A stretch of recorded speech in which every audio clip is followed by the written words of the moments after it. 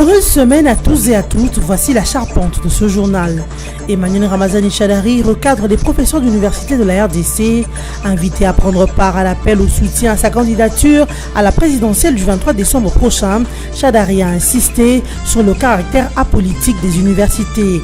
Pour le dauphin du président Kabila, l'université doit demeurer sans couleur politique et totalement dépolitisée au profit de la science. Et c'est peut-être la fin de l'ère dos Santos en Angola. L'ex-chef d'État angolais a quitté la tête du mouvement populaire pour la libération de l'Angola, MPLA.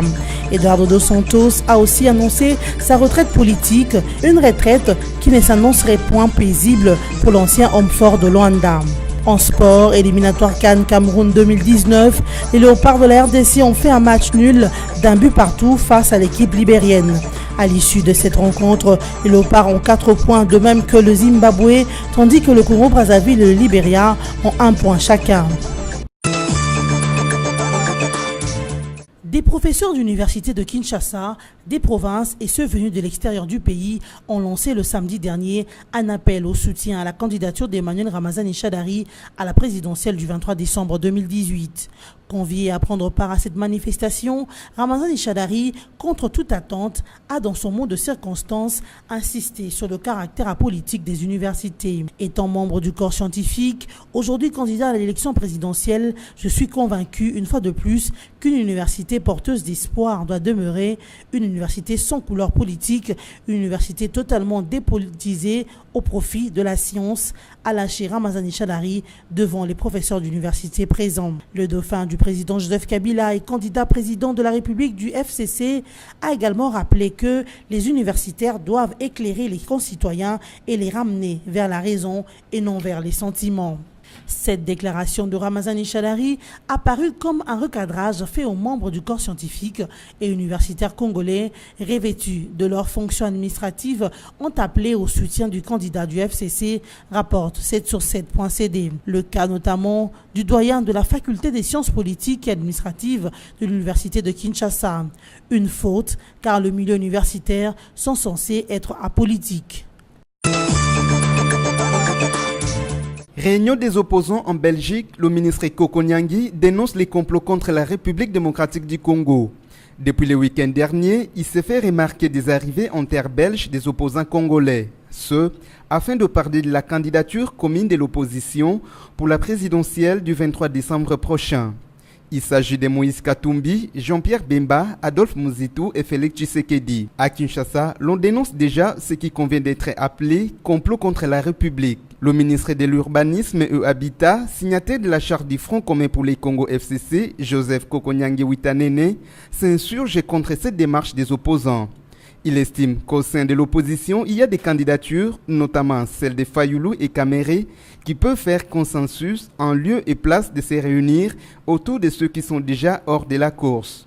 Joseph Koko Nyangi estime que le G7 de Moïse Katumbi n'a même plus sa raison d'être, car ce qu'il réclamait, à savoir la non-représentation de Joseph Kabila pour un 3e mandat, n'existe plus. Pour lui, Katumbi, Bemba et Muzitu complotent tout simplement contre l'organisation des élections alors qu'ils ont fait tuer des gens inutilement dans des manifestations des rues à Kinshasa réclamant la tenue des élections, conclut-il. Par ailleurs, Joseph Koko Nyangi salue le travail abattu par la Cour constitutionnelle. Il estime que seuls les irréguliers n'ont pas été alignés dans la course.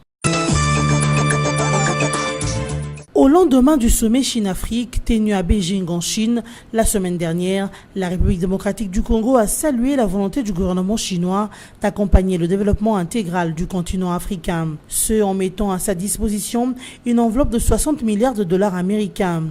De retour de Beijing, où il a pris une part active à ce sommet des chefs d'État, Jean-Marie Ingelei Foto, ministre congolais de l'énergie et ressources hydrauliques, a livré à la presse le dimanche 9 septembre dernier la position de son gouvernement quant à cette messe tenue en Chine. Pour le ministre congolais en charge de l'énergie, le sommet Chine-Afrique était d'intérêt important pour la RDC dans la mesure où il était centré sur la coopération économique basée sur les principes d'égalité, de respect mutuel et des avantages partagés soutenus par le pays du milieu. Ces principes arrangent le gouvernement congolais qui a des ressources à exploiter avec la Chine, notamment dans le secteur prometteur, a-t-il encore fait savoir. Plusieurs autres ministères sont impliqués dans l'élaboration de projets qui feront l'objet de négociations avec les ministères et entreprises publiques.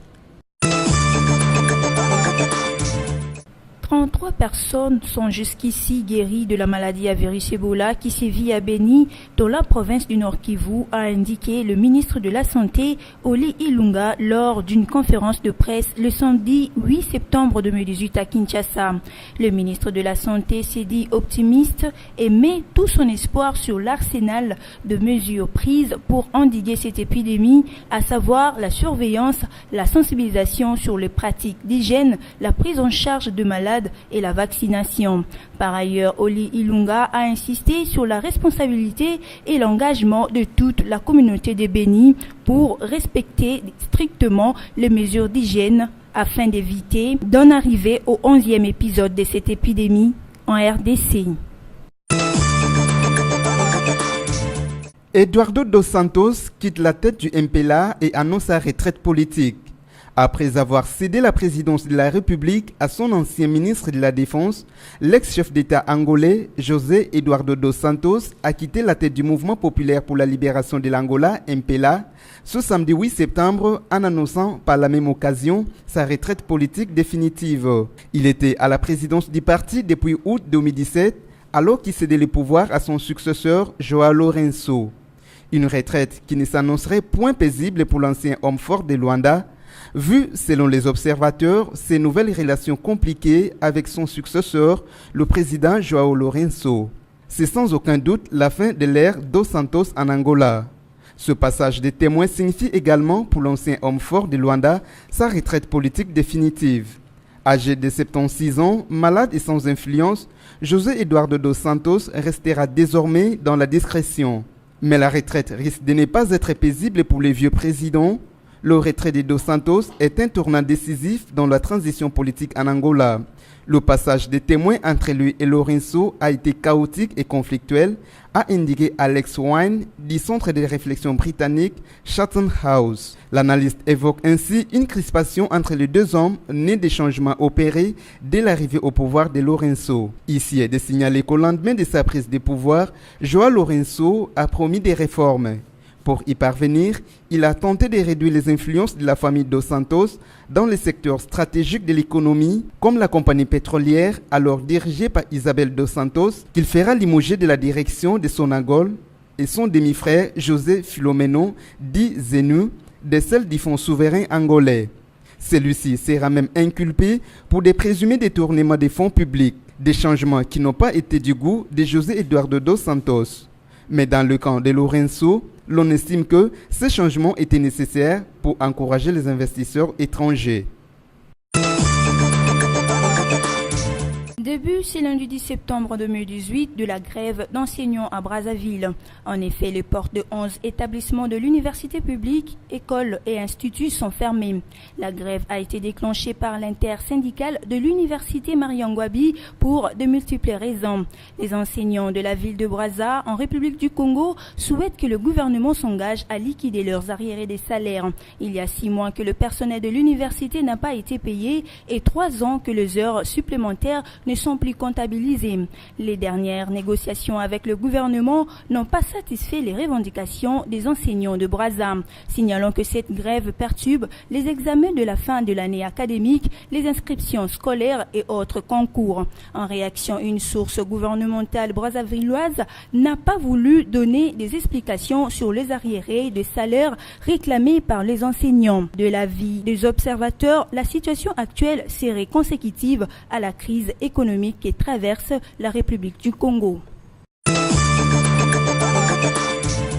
Il y a eu plus de peur que de mal en dépit de la prestation moyenne de la RDC dimanche 9 septembre 2018 au stade de Moronvia dans la capitale libérienne lors du match qui a opposé les Léopards de la RDC aux Lone Stars du Libéria.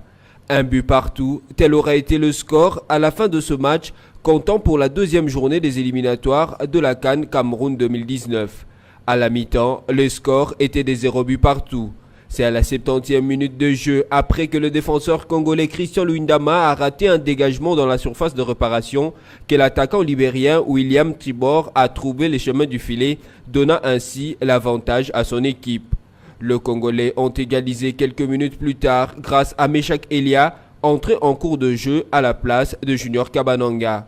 Par ce nul, les Léopards de la RDC ont 4 points ex-aequo avec les Zimbabwe. Le Congo-Brazzaville et les Libéria ferment la marche avec un point chacun. La prochaine rencontre pour la RDC dans ces éliminatoires est prévue pour le mercredi 10 octobre 2018 à Kinshasa face à la sélection zimbabwéenne. Place à présent au rappel de principaux titres de ce journal. Emmanuel Ramazani Chadari recadre les professeurs d'université de la RDC, invité à prendre part à l'appel au soutien à sa candidature à la présidentielle du 23 décembre prochain. Chadari a insisté sur le caractère apolitique des universités.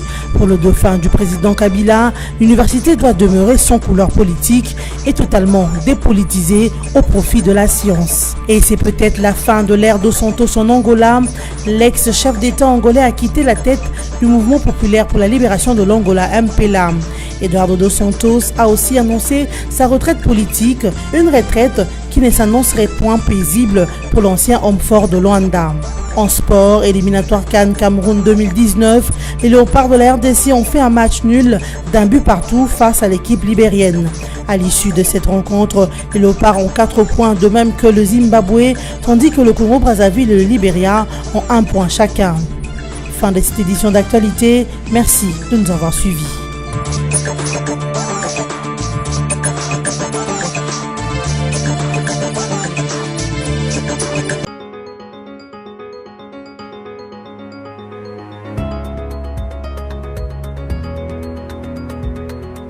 Bon début de semaine à tous, mesdames, messieurs, bienvenue à la lecture des journaux parus en ligne ce lundi 10 septembre 2018. Introduisons cette revue de presse avec Forum des As qui écrit « Bruxelles, la grande réunion de l'opposition s'y dessine ». Annoncée par plusieurs sources pour ce lundi à Kinshasa, la rencontre de leaders de l'opposition risque de ne pas s'éteindre. Au centre de leur discussion, la recherche de voies et moyens pour impulser une dynamique unitaire au sein de l'opposition, avec à la clé un programme commun en cas de participation aux élections ou une attitude commune face à ce que les opposants considèrent comme les hypothèques sur les élections crédibles. La présence de Félix Tshisekedi à Bruxelles sonne comme une confirmation de la grande rencontre de l'opposition annoncée en terre belge. À cette réunion devrait participer le président de l'UDPS Félix Tshisekedi, le leader de Ensemble Moïse Katumbi, le patron du MLC Jean-Pierre Bemba et Adolphe Mouzito. Outre le retrait de machines à voter, le nettoyage du fichier électoral qui font partie des revendications communes, il leur faut s'accorder et c'est le plus difficile sur la désignation d'un candidat commun à la présidentielle du 23 décembre autour d'un programme commun. Ces chefs de parti sont conscients que cette fois-ci, il va falloir faire bloc pour espérer battre le candidat de la majorité. Une équation à plusieurs inconnus qu'il paraît bien difficile de résoudre pour l'instant. Jusqu'ici, du moins, ces leaders, tous ou presque, se montrent flexibles vis-à-vis d'une telle démarche, tendant à maximiser leurs chances de gagner les élections. C'est plus difficile à dire qu'à faire, compte tenu des égos des acteurs en présence. Félix Tshisekedi, Vital Kamerhe et Jean-Pierre Bemba ont réaffirmé leur engagement à œuvrer dans le sens de dégager une candidature commune, mais qui pourrait se désister au profit de l'autre, s'interroge-t-on dans l'opinion. Poursuivons cette revue de presse avec actualité.cd qui titre RDC, 7 jours de détention pour 2 policiers qui n'ont pas pu empêcher une manifestation contre la machine à voter. Les 2 officiers ont été arrêtés en marge de la manifestation du mouvement citoyen Lucha au siège de la Commission électorale nationale indépendante CENI. Selon plusieurs sources, il leur est reproché de n'avoir pas pu empêcher la tenue de ces sit-ins qui étaient destinés à protester contre l'usage de la machine à voter pour les élections du 23 décembre 2018. Pour sa part, la Lucha s'est dit solidaire avec les 2 officiers et exige leur libération sans condition. Achevons cette revue de presse avec Okapi.net qui écrit RDC, environ 20 blessés après accrochage entre jeunes de Kisangani. Une vingtaine de personnes ont été grièvement blessées, des boutiques et maisons pillées et beaucoup d'autres dégâts matériels signalés lors des échauffourées samedi 8 septembre dans la soirée au quartier Balessi dans la commune Mangobo à Kisangani. À la base, une grave dispute la veille aux environs du cimetière de Singama à Matete entre groupes de jeunes de 2 associations évoluant dans cette commune, à savoir l'association des jeunes Katamoto du quartier Matete et l'association des jeunes bourgeois du quartier Balessi. Selon des témoins, tout est parti du refus par le jeune de Balessi qui s'est rendu au cimetière pour l'inhumation de 2 de leurs membres, de descendre le cercueil pour honorer le passage du leader de jeunes Katamoto.